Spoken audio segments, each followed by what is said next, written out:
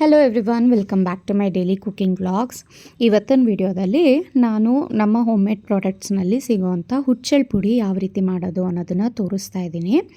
Every 3 days 4 days once ನಾನು fresh ಆಗಿ prepare ಮಾಡ್ತಾ ಇರ್ತೀನಿ. ಹುಚ್ಚೆಳ್ಳು ಪುಡಿ ಆಗಿರ್ಬೋದು ಅಥವಾ ಕಡಲೆಬೇಳೆ ಚಟ್ನಿ ಪುಡಿ ಆಗಿರ್ಬೋದು. ಸೊ ಅದನ್ನು ನಾನಿವತ್ತು ಇಲ್ಲಿ 1 kg ಆಗೋಷ್ಟು ಮಾತ್ರನೇ ಮಾಡೋದು. ತುಂಬ ಜಾಸ್ತಿ ನಾನು ಮಾಡಲ್ಲ. ಒಂದು 4 ಜನಕ್ಕೆ ಕಾಲು kg ಆರ್ಡರ್ ಇದ್ದರೆ ಅದನ್ನು ನೋಡಿಕೊಂಡು ನಾನು 1 kg ಆಗೋಷ್ಟನ್ನು ರೆಡಿ ಮಾಡ್ಕೊತೀನಿ. ಸೊ ಇಲ್ಲಿ 1 kg ಆಗೋಷ್ಟು ಹುಚ್ಚೆಳ್ಳನ್ನ ಮೀಡಿಯಮ್ ಫ್ಲೇಮ್ನಲ್ಲಿ ಹುರ್ಕೋಬೇಕು ಚೆನ್ನಾಗಿ. ಹುಚ್ಚೆಳ್ಳು ಚೆನ್ನಾಗಿ ಹುರಿಲಿಲ್ಲ ಅಂದರೆ ಹುಚ್ಚೆಳ್ಳು ಪುಡಿ ಚೆನ್ನಾಗಿ ಬರಲ್ಲ, ಒಂಥರ ಹಸಿ ಸ್ಮೆಲ್ ಇರುತ್ತೆ. ಸೊ ಮೀಡಿಯಮ್ ಫ್ಲೇಮ್ನಲ್ಲಿ ಅದು ಸ್ವಲ್ಪ ಚಟಪಟ ಅಂತ ಅನ್ನುತ್ತೆ. ಬಟ್ ಚಟಪಟ ಅನ್ನೋದಕ್ಕಿಂತನೂ ಮುಂಚೆನೇ ಸ್ವಲ್ಪ ಅದ್ರದ್ದು ಘಮ ಬರಲಿಕ್ಕೆ ಸ್ಟಾರ್ಟ್ ಆಗುತ್ತೆ. ಅಲ್ಲಿವರೆಗೂ ನಾವು ಚೆನ್ನಾಗಿ ಹುರ್ಕೋಬೇಕು. ಸ್ವಲ್ಪ ಟೈಮ್ ಹಿಡಿಯುತ್ತೆ. ಆ್ಯಂಡ್ ಹುಚ್ಚೆಳ್ಳು ತುಂಬ ಏನು ಲೈಟ್ ವೆಯ್ಟ್ ಹೆವಿ ಅಂತ ಅನಿಸಲ್ಲ ಇದು. ಸೊ ಹಾಗಾಗಿ ಸ್ವಲ್ಪ ಜಾಸ್ತಿ 1 kg ತೊಗೊಂಡಿದ್ರೂ ಜಾಸ್ತಿ ಕಾಣುತ್ತೆ, ಬಟ್ ಭಾರ ಬರಲ್ಲ ಅಷ್ಟು. ನಾವು ತೂಕ ಹಾಕಿದಾಗ ಭಾರ ಬರಲ್ಲ. ಅದೇ ಕಡಲೆಬೇಳೆ ಚಟ್ನಿ ಪುಡಿ ಆದರೆ ತುಂಬ ಭಾರ ಇರುತ್ತೆ ಅದು. ಸೊ 1/4 kg ಪ್ಯಾಕೆಟ್ನಲ್ಲಿ ಅರ್ಧಕ್ಕೇ 1/4 kg ಆಗೋಷ್ಟು ಆಗಿಬಿಡುತ್ತೆ. ಇದು 1/4 kg ಪ್ಯಾಕೆಟ್ನಲ್ಲಿ ತುಂಬ ತುಂಬಿದ್ರೂ ಇನ್ನೂ ಜಾಗನೇ ಸಾಲಲ್ಲ, ಅಷ್ಟು ಹಿಡಿಯುತ್ತೆ. ಸೊ ಆ ರೀತಿಯಲ್ಲಿ ಇದು ಹುಚ್ಚೆಳ್ಳು ತುಂಬ ಲೈಟ್ ವೆಯ್ಟು ಆ್ಯಂಡ್ ಆರೋಗ್ಯಕ್ಕಂತೂ ತುಂಬಾ ಒಳ್ಳೆಯದು. ಇಲ್ಲಿ 1 kg ಹುಚ್ಚೆಳ್ಳನ್ನು ನಾನು ಚೆನ್ನಾಗಿ ಹುರ್ಕೊಂಡು ಒಂದು ಅಗಲವಾಗಿರೋಂಥ ಪರಾತ್ಗೆ ಹಾಕ್ಕೊಂಡಿದ್ದೀನಿ. ಚೆನ್ನಾಗಿ ಅದು ಸ್ವಲ್ಪ ಆರಬೇಕು, ತಣ್ಣಗೆ ಆಗಬೇಕು. ತುಂಬ ಬಿಸಿ ಇದ್ದಾಗಲೇ ನಾವು ಮಿಕ್ಸಿ ಮಾಡೋಕ್ಕೆ ಹೋದರೆ ಎಳ್ಳು ಆಗಿರೋದ್ರಿಂದ ಅದರಲ್ಲಿ ಎಣ್ಣೆ ಅಂಶ ಇರುತ್ತೆ ಅಲ್ವಾ, ಅದು ಎಣ್ಣೆ ಜಿಡ್ ಬಿಟ್ಕೊಬಿಡುತ್ತೆ, ಆವಾಗ ಚೆನ್ನಾಗಿ ಪೌಡರ್ ಆಗಲ್ಲ. ಸೊ ಹಾಗಾಗಿ ಚೆನ್ನಾಗಿ ಆರಲಿ ಅಂತ ಬಿಟ್ಟಿದ್ದೀನಿ. ಅದಕ್ಕೆ ಒಂದು 2 ಹಿಡಿ ಆಗೋಷ್ಟು ಬ್ಯಾಡಗಿ ಮೆಣಸಿನ್ಕಾಯಿನ ಸಹ ಸ್ವಲ್ಪ ಆಯಿಲ್ ಸ್ಪ್ರೇ ಮಾಡಿಕೊಂಡು ಹುರಿದ್ಕೊಂಡು ಅದಕ್ಕೇ ಸೇರಿಸಿದ್ದೀನಿ. ನೆಕ್ಸ್ಟ್ ಇದಕ್ಕೆ 1 kg ಹುಚ್ಚೆಳ್ಳಿಗೆ 1 ಕೊಬ್ಬರಿ ಪೂರ್ತಿಯಾಗಿ ತೊಗೋಬೇಕು. ನೀವು ತುರಿದಾದ್ರೂ ಸಹ ಹುರ್ಕೋಬೋದು. ನಾನಿಲ್ಲಿ ತುರಿಯೋದಕ್ಕೆ ಸ್ವಲ್ಪ ಟೈಮ್ ಆಗುತ್ತೆ ಅಲ್ವಾ, ಸೊ ಅದೇ ರೀತಿಯಲ್ಲಿ ದಪ್ಪ ಪೀಸಸ್ ಮಾಡಿಬಿಟ್ಟು ನೀವು ಚೆನ್ನಾಗಿ ಬಿಸಿಲಿನಲ್ಲಾದರೂ ಒಣಗಿಸಿ ಒಂದು 2-3 ದಿನ ಯೂಸ್ ಮಾಡ್ಬೋದು. ಇಲ್ಲ ಸಡನ್ನಾಗಿ ಮಾಡಬೇಕು ಅಂತ ಅಂದಾಗ ಈ ರೀತಿ ಪ್ಯಾನ್ನಲ್ಲಿ ಚೆನ್ನಾಗಿ ಅದು ಹೊಂಬಣ ಬರೋವರೆಗೂ ಹುರ್ಕೋಬೇಕು. ಕೊಬ್ಬರಿ ಚೆನ್ನಾಗಿ ಹುರಿದಷ್ಟು ಹುಚ್ಚೆಳ್ಳು ಪುಡಿ ಜಾಸ್ತಿ ದಿನ ಬಾಳಿಕೆ ಬರುತ್ತೆ, ತುಂಬ ಬೇಗ ವಾಸನೆ ಬರೋದು ಆ ರೀತಿ ಎಲ್ಲ ಆಗಲ್ಲ. ಸೊ ನೋಡಿ, ಈ ರೀತಿ ಹೊಂಬಣ ಬರೋವರೆಗೂ ಕೊಬ್ಬರಿನ ಚೆನ್ನಾಗಿ ಹುರ್ಕೊಂಡು ಸಪ್ರೇಟಾಗಿ ತೆಗೆದಿಟ್ಕೊಳ್ಳಿ. ಯಾಕೆಂದರೆ ಹುಚ್ಚೆಳ್ಳು ಜೊತೆಗೆ ದಪ್ಪ ಪೀಸಸ್ ಆಗಿರೋವಂಥ ಕೊಬ್ಬರಿನ ಹಾಕ್ಬಿಟ್ರೆ ಚೆನ್ನಾಗಿ ಅದು ಪೌಡರ್ ಆಗಲ್ಲ. ನೀವೇನಾದರೂ ತುರಿದಿರೋ ಅಂಥ ಕೊಬ್ಬರಿನ ಹುರಿದು ಹಾಕ್ತಾ ಇದ್ದೀನಿ ಅಂತ ಆದರೆ ಒಟ್ಟಿಗೆ ಸೇರಿಸ್ಕೋಬೋದು. ಹಾಗೆಯೇ 2 ಗಡ್ಡೆ ಬೆಳ್ಳುಳ್ಳಿ ಹಾಕ್ತಾ ಇದ್ದೀನಿ. ಬೆಳ್ಳುಳ್ಳಿನೂ ಅಷ್ಟೇ ಸಪ್ರೇಟಾಗಿ ಅದನ್ನು ಚೆನ್ನಾಗಿ ಹುರ್ಕೊಂಡು ಹುಚ್ಚೆಳ್ಳು ಜೊತೆಗೆ ಹಾಕ್ತಾಯಿದ್ದೀನಿ. ಒಂದು 50-100 ಗ್ರಾಮ್ ಆಗೋಷ್ಟು ಹುಣಸೆ ಹಣ್ಣು ಚೆನ್ನಾಗಿ ಇದೊಂಥರ ಬಿಸ್ಕೆಟ್ ರೀತಿ ಕಟ್ ಅಂತ ಅನ್ನಬೇಕು, ಅಲ್ಲಿವರೆಗೂ ಚೆನ್ನಾಗಿ ಅದನ್ನು ಸಹ ಹುರ್ಕೊಂಡು ಹಾಕ್ತಾಯಿದ್ದೀನಿ. ಇವಾಗ ಇವಿಷ್ಟು ಸ್ವಲ್ಪ ತಣ್ಣಗಾದ ನಂತರ ಮೊದಲಿಗೆ ನಾನು ಒಣ ಕೊಬ್ಬರಿ ಏನಿದೆಯಲ್ಲ ಅದನ್ನು ಪೌಡರ್ ಮಾಡ್ಕೊತಾ ಇದ್ದೀನಿ.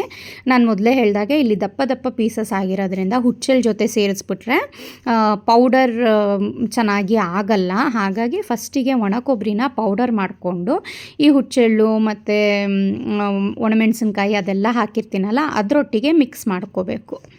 ಸೊ ಇದು ಮೆಣಸಿನ್ಕಾಯಿ ಜಾಸ್ತಿ ಹಾಕಬಾರ್ದು, ಸ್ವಲ್ಪನೇ ಇರಬೇಕು. ನೀವೇನಾದರೂ ತುಂಬ ಸ್ಪೈಸಿ ಇಷ್ಟಪಡ್ತೀರಾ ಅಂತ ಅಂದರೆ ಮಾತ್ರ ಮೆಣಸಿನ್ಕಾಯಿನ ಸ್ವಲ್ಪ ಜಾಸ್ತಿನೇ ಹಾಕ್ಕೊಳ್ಳಿ.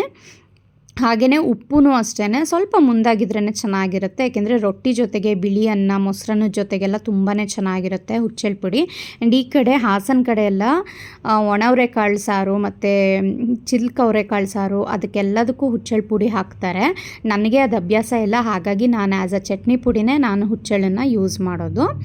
ಈ ಒಣ ಕೊಬ್ಬರಿ ಪೌಡರ್ ಮಾಡ್ಕೊಂಡಿರೋದನ್ನು ಹುಚ್ಚೆಳ್ಳು ಜೊತೆಗೆ ಸೇರಿಸ್ಬಿಟ್ಟು ಮತ್ತೆ ಮಿಕ್ಸ್ ಮಾಡಿಕೊಂಡು ಸ್ವಲ್ಪನೇ ಈ ರೀತಿ ಪುಡಿ ಮಾಡಿಕೊಂಡು ಬೇರೆ ಒಂದು ಪ್ಯಾನ್ಗೆ ನಾನು ಈ ಪಾತ್ರೆಗೆ ಹಾಕ್ಕೊತಾ ಇದ್ದೀನಿ.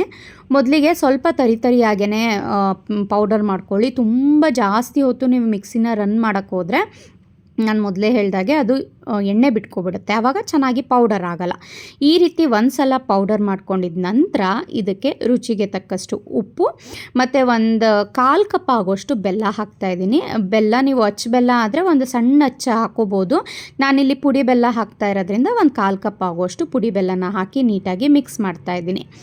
ಮಿಕ್ಸ್ ಮಾಡಿಕೊಂಡು ಇದನ್ನು ಮತ್ತೆ ಇನ್ನೊಂದು ಸಲ ಜಸ್ಟ್ ಪಲ್ಸ್ ಮಾಡಿಬಿಟ್ಟು ಇನ್ನೊಂದು ಪಾತ್ರೆಗೆ ಹಾಕೋಬೇಕು. ನೀವು ಯಾವುದೇ ಚಟ್ನಿ ಪುಡಿ ಮಾಡಿದ್ರೂ ಇದೇ ರೀತಿ 2 ಸಲ ನೀವು ಮಿಕ್ಸ್ ಮಿಕ್ಸಿ ಮಾಡ್ಕೊಂಡಾಗ ಮಾತ್ರ ನಿಮಗೆ ಅದು ಎಕ್ಸಾಕ್ಟ್ ಟೇಸ್ಟ್ ಸಿಗೋದು. ಅಯ್ಯೋ ಯಾರು 2 ಸಲ ಮಾಡ್ತಾರೆ, ಒಂದೇ ಸಲಕ್ಕೆ ಎಲ್ಲ ರುಬ್ಬಿ ಹಾಕ್ಬಿಡೋಣ ಅಂತ ಅಂದರೆ ಖಂಡಿತ ಅದು ಟೇಸ್ಟ್ ಚೆನ್ನಾಗಿರಲ್ಲ. ನನಗೆ ನಾನು ಮೊದಲಿಂದನೂ ಹೇಳೋದು ಎಲ್ಲದರಲ್ಲೂ ಸ್ವಲ್ಪ ಪರ್ಫೆಕ್ಷನ್ ಇರಬೇಕು. ಹಾಗಾಗಿ ನಾನು ಸ್ವಲ್ಪ ನಿಧಾನ ಆದರೂ ಪರವಾಗಿಲ್ಲ, ನೀಟಾಗಿ ಪರ್ಫೆಕ್ಟಾಗೇ ಮಾಡ್ತೀನಿ. ಸೊ ಅಷ್ಟು ಇದನ್ನು ಒಂದೊಂದು ಸಲನೇ ಅಂದರೆ ಚಿಕ್ಕ ಚಿಕ್ಕ ಮಿಕ್ಸಿ ಜಾರಿಗೇ ಹಾಕ್ಕೊಂಡು, ದೊಡ್ಡ ಮಿಕ್ಸಿ ಜಾರಿಗೆ ಹಾಕಿದ್ರೆ ಇಲ್ಲಿ ಚೆನ್ನಾಗಿ ಅದು ಮಿಕ್ಸ್ ಆಗಲ್ಲ. ಹಾಗಾಗಿ ನಾನು ಚಿಕ್ಕ ಮಿಕ್ಸಿ ಜಾರ್ನೇ ಯೂಸ್ ಮಾಡ್ತೀನಿ ಯಾವಾಗಲೂ ಈ ರೀತಿ ಚಟ್ನಿ ಪುಡಿಗಳಿಗೆಲ್ಲ. ಸೊ ಚಟ್ನಿ ಪುಡಿನ ನೀಟಾಗಿ ಮಿಕ್ಸ್ ಮಾಡಿಬಿಟ್ಟು ಜಸ್ಟ್ ಪಲ್ಸ್ ಮೋಡಲ್ಲಿ ಪಲ್ಸ್ ಮಾಡಿಬಿಟ್ಟು ಮಿಕ್ಸ್ ಮಾಡೋದು ಅಷ್ಟೇ. ಇವಾಗ ಚಟ್ನಿ ಪುಡಿ ರೆಡಿ ಆಯಿತು. ಸ್ವಲ್ಪ ಉಪ್ಪು ಹುಳಿ ಎಲ್ಲ ನೋಡ್ಕೊಳ್ಳಿ, ಬೆಲ್ಲ ಕರೆಕ್ಟಾಗಿದೆಯಾ, ಖಾರ ಎಲ್ಲ ಅಂತ. ಉಪ್ಪು ಹಿಂದೆ ಮುಂದೆ ಆದರೆ ಸ್ವಲ್ಪ ನೀವು ಅಡ್ಜಸ್ಟ್ ಮಾಡ್ಕೋಬೋದು. ಬೆಲ್ಲನೂ ಅಷ್ಟೇ. ಖಾರ ಇನ್ನೂ ಸ್ವಲ್ಪ ಬೇಕು ಅಂತ ಅನಿಸಿದ್ರೆ ಇನ್ನೊಂದು ಸ್ವಲ್ಪ ನೀವು ಒಣಮೆಣಸಿನ್ಕಾಯಿನ ಹುರಿದ್ಬಿಟ್ಟು ಪೌಡರ್ ಮಾಡಿ ಹಾಕ್ಕೋಬೋದು. ಸೊ ಇವಾಗ ಹುಚ್ಚೆಳ್ಳು ಪುಡಿ ರೆಡಿ ಆಗಿದೆ, ಫ್ರೆಶ್ ಆಗಿ ರೆಡಿಯಾಗಿದೆ. ಇವತ್ತು ಆ್ಯಕ್ಚುಲಿ ಇದು ಡಿಸ್ಪ್ಯಾಚ್ ಆಗುತ್ತೆ. ಒಬ್ಬೊಬ್ಬರು ಅರ್ಧ ಕೆ ಜಿ ಕೇಳಿದ್ದೀರಾ. ಇದು 100 ಗ್ರಾಮ್, 1/4 kg ಮತ್ತು ಅರ್ಧ ಕೆ ಜಿ ಈ ರೀತಿ ಇದೆ. ನಿಮಗೇನಾದರೂ ಟೇಸ್ಟಿಗೆ ಬೇಕು, ಹೇಗಿರುತ್ತೋ ಟೇಸ್ಟು ಏನೋ ಅಂತ ಅಂದರೆ 100 ಗ್ರಾಮ್ ಪ್ಯಾಕೆಟ್ನಲ್ಲೂ ಸಹ ಅವೈಲೇಬಲ್ ಇದೆ. ನೀವು ಆರ್ಡರ್ ಪ್ಲೇಸ್ ಮಾಡ್ಕೋಬೋದು. ಇಷ್ಟೆಲ್ಲ ಪ್ರಿಪೇರ್ ಮಾಡೋ ಅಷ್ಟರಲ್ಲಿ ಮಧ್ಯಾಹ್ನನೇ ಆಗೋಗಿತ್ತು. ಸೊ ಮಧ್ಯಾಹ್ನದ ಲಂಚ್ಗೆ ನಾನಿಲ್ಲಿ ರೆಡ್ ರೈಸ್ ಮತ್ತು ಬೆಳಗ್ಗೆ ರೊಟ್ಟಿ ಜೊತೆಗೆ ಹೀರೆಕಾಯಿ ಕಡಲೆಬೇಳೆ ಹಾಕಿ ಗೊಜ್ಜನ್ನ ಮಾಡಿದ್ದೆ. ಅದನ್ನೇ ಇವತ್ತು ಲಂಚ್ಗೆ ಪ್ರಿಪೇರ್ ಮಾಡ್ಕೊತಾ ಇದ್ದೀನಿ. ಎಕ್ಸ್ಟ್ರಾ ಸಾಂಬಾರು ಮಾಡಿಲ್ಲ, ಏಕೆಂದರೆ ಗೊಜ್ಜೇ ಇತ್ತು, ಖಾಲಿ ಮಾಡೋಣ ಅಂತ. ಆ್ಯಂಡ್ ಊಟ ಎಲ್ಲ ಆದಮೇಲೆ ಮತ್ತೆ ಕಡಲೆಬೇಳೆ ಚಟ್ನಿ ಪುಡಿನೂ ಮಾಡ್ಕೋಬೇಕು. ಹಾಗಾಗಿ ಫಸ್ಟು ಹುಚ್ಚೆಳ್ಳು ಚಟ್ನಿ ಪುಡಿನ ರೆಡಿ ಮಾಡಿ ಇಟ್ಬಿಟ್ಟಿದ್ದೀನಿ. ಇದು ಸ್ವಲ್ಪ ತಣ್ಣಗಾಗಬೇಕು. ತಣ್ಣಗಾದಮೇಲೆ ಬಾಕ್ಸಿಗೆ ಹಾಕಿ ಕಡಲೆಬೇಳೆ ಮಾಡ್ತೀನಿ. ಇವತ್ತು ಆ್ಯಕ್ಚುಲಿ ತುಂಬಾ ಕೆಲಸ ಇತ್ತು. ಚಟ್ನಿ ಪುಡಿನೂ 2 ಥರದ ಚಟ್ನಿ ಪುಡಿ ಮಾಡ್ಕೋಬೇಕಾಯಿತು. ಸೊ ಹಾಗಾಗಿ ನಾನಿಲ್ಲಿ ಚಟ್ನಿ ಪುಡಿ ಪ್ರಿಪೇರ್ ಮಾಡ್ತಾಯಿದ್ರೆ ನನಗೆ ಇವಾಗ ಒಬ್ಬರು ಹೌಸ್ ಹೆಲ್ಪರ್ ಬರ್ತಾರೆ ಅಂತ ಹೇಳಿದ್ದೆ ಅಲ್ವಾ, ಅವರಂತೂ ತುಂಬಾ ಇವತ್ತು, ಏಕೆಂದರೆ ಊರಿಗೆ ಹೋಗ್ಬಿಟ್ಟಿದ್ನಲ್ಲ 3 ಡೇಸು, ಎಲ್ಲವೂ ಸಹ ಔಟ್ ಆಫ್ ಸ್ಟಾಕ್ ಆಗೋಗಿತ್ತು. ಎಲ್ಲನೂ ಸಹ ಫ್ರೆಶ್ ಆಗಿ ಪ್ರಿಪೇರ್ ಮಾಡಿಸ್ತಾ ಇದ್ದೀನಿ. ಸ್ಪ್ರೌಟೆಡ್ ರಾಗಿ ಪೌಡರ್ ಆಗಿರ್ಬೋದು, ಮೆಂತ್ಯ ಮುದ್ದೆ, ಸಾಂಬಾರು ಪುಡಿ ಎಲ್ಲನೂ ಸಹ ಖಾಲಿಯಾಗಿದೆ. ಆ್ಯಂಡ್ ಈವನ್ ಹುರುಳಿ ಜುಣ್ಕದ ಪೌಡರ್ ಸಹ ಖಾಲಿಯಾಗಿದೆ. ಎಲ್ಲನೂ ಇವತ್ತು ಪ್ರಿಪೇರ್ ಮಾಡ್ತಾ ಇದ್ದೀನಿ. ಹಾಗಾಗಿ ಜಾಸ್ತಿ ಕುಕ್ಕಿಂಗ್ ವ್ಲಾಗ್ನ ಇವತ್ತು ಅಪ್ಲೋಡ್ ಮಾಡಿಲ್ಲ. ಸೊ ಈ ರೀತಿಯಲ್ಲಿ ನಾನು ಹುಚ್ಚೆಳ್ಳು ಚಟ್ನಿ ಪುಡಿನ ರೆಡಿ ಮಾಡ್ತೀನಿ. ನೀವು ಯಾವ ರೀತಿ ಮಾಡ್ತೀರಾ ಕಮೆಂಟ್ ಮಾಡಿ ತಿಳಿಸಿ. ಆ್ಯಂಡ್ ನಮ್ಮಲ್ಲಿ ಸಿಗೋವಂಥ ಯಾವುದೇ ಹೋಮ್ ಮೇಡ್ ಪ್ರಾಡಕ್ಟ್ಸ್ ಆಗಿರ್ಬೋದು, ನಿಮಗೇನಾದರೂ ಬೇಕು ಅಂತ ಅನಿಸಿದ್ರೆ ಸ್ಕ್ರೀನ್ ಮೇಲೆ ಕಾಣೋ ಅಂಥ ನಂಬರ್ಗೆ ಕಾಲ್ ಆದರೂ ಮಾಡ್ಬೋದು, ಇಲ್ಲ ವಾಟ್ಸಪ್ಪಲ್ಲಿ ಜಸ್ಟ್ ಹಾಯ್ ಅಂತ ಸೆಂಡ್ ಮಾಡಿದ್ರೆ ಲಿಸ್ಟ್ ಆಫ್ ಪ್ರಾಡಕ್ಟ್ಸ್ ವಿತ್ ರೇಟ್ಸ್ನ ನಾನು ಕಳಿಸ್ತೀನಿ. ನಿಮಗೆ ಯಾವ್ದು ಬೇಕು ಅದನ್ನು ನೀವು ಸೆಲೆಕ್ಟ್ ಮಾಡಿ ಆರ್ಡರ್ ಪ್ಲೇಸ್ ಮಾಡ್ಕೋಬೋದು.